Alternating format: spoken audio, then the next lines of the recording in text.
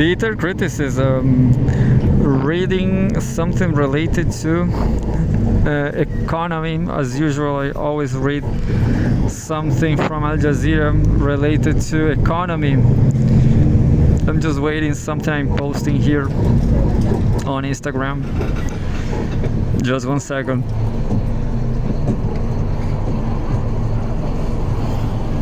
Just 2 seconds.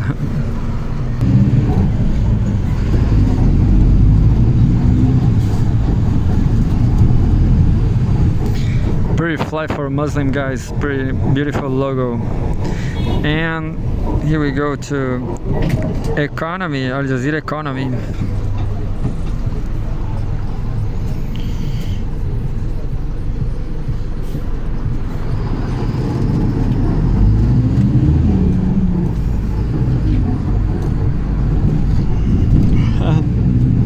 Trump signals hardline on China with hawkish cabinet picks. We have a photograph from the then United States President Donald Trump and Chinese President Xi Jinping attending a Chinese opera performance in Beijing on November 8, 2017, back when the best friend of Trump was Xi. Anyway, U.S. President-elect picks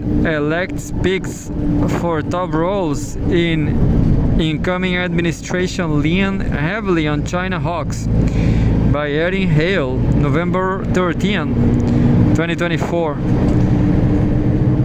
Taipei, Taiwan. United States President-elect Donald Trump is filling his incoming administration with figures known for their hawkish views on China, signaling a tough line on Beijing in areas ranging from national security to trade. Trump on Tuesday nominated former Director of National Intelligence John Ratcliffe to head the CIA, Fox News host and Army veteran Pete Hegseth as Secretary of Defense, and Florida Congressman Michael Waltz as National Security Advisor. And as usual, I have some problems with. On Monday, the president-elect named Elise Stefanik, a congresswoman who holds a House of Representatives seat for New York, and he speaks for United Nations Ambassador, Florida Senator Marco Rubio. Meanwhile, is widely expected to be taped for Secretary of State. All five are known for viewing the U.S.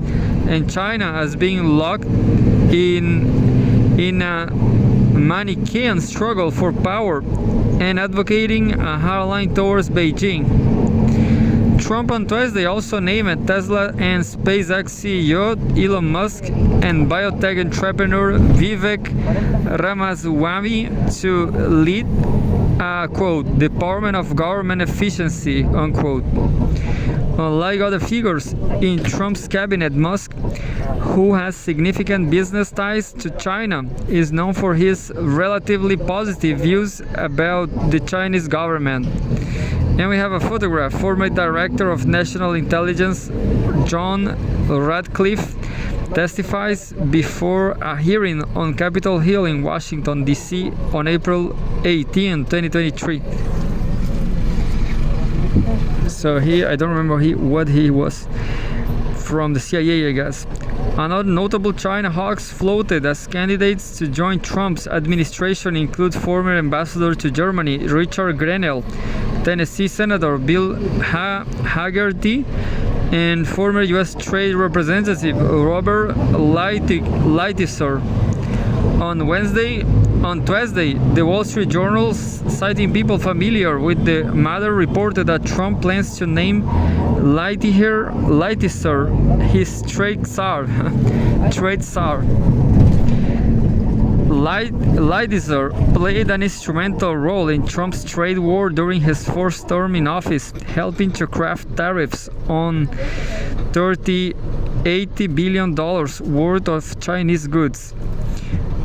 He could play a similar role again if Trump chooses to make good on his campaign pledge of imposing tariffs on 60% or more on Chinese goods and 10 to 20% tariffs on all other imports. In his book No Trade is Free, Changing Course, Taking on China and Helping America's Workers, Lighthizer called for further decoupling from China by limiting trade, including exports of critical technology.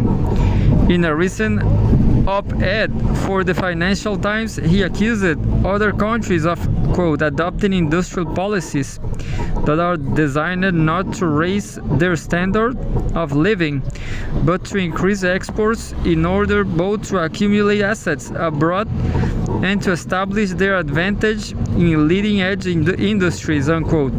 Quote, they are not the market forces of Smith and Ricardo. These are not the market forces of Smith and Ricardo. These are beggar tea neighbor policies that were condemned early in the last century. Lighthizer wrote, referring to the famed British economists Adam Smith and David Ricardo. Trump's proposed tariffs would not only affect China but reverberate throughout Asia due to the region's close links to the world's second largest economy. Analysts at the London School of Economics and Political Science have estimated that Trump's proposed tariffs will result in a 0.68% reduction in China's gross domestic product, GDP, with neighbors India and Indonesia facing smaller losses of 0.03% and 0.06% respectively. Trump's return to the White House also comes amid rising tensions between China and self-governing Taiwan, which Beijing claims as its territory. U.S. Admiral Philip Davidson, the former chief of the U.S. Indo-Pacific Command, has estimated that China's army will have the capability to invade the island by 2027, which falls within Trump's term. Well, it's a very long article. It's been kind of interesting. I will read it later, but it's very huge. Very huge. I just read like a fifth. I'll try to read just another. No, that's it.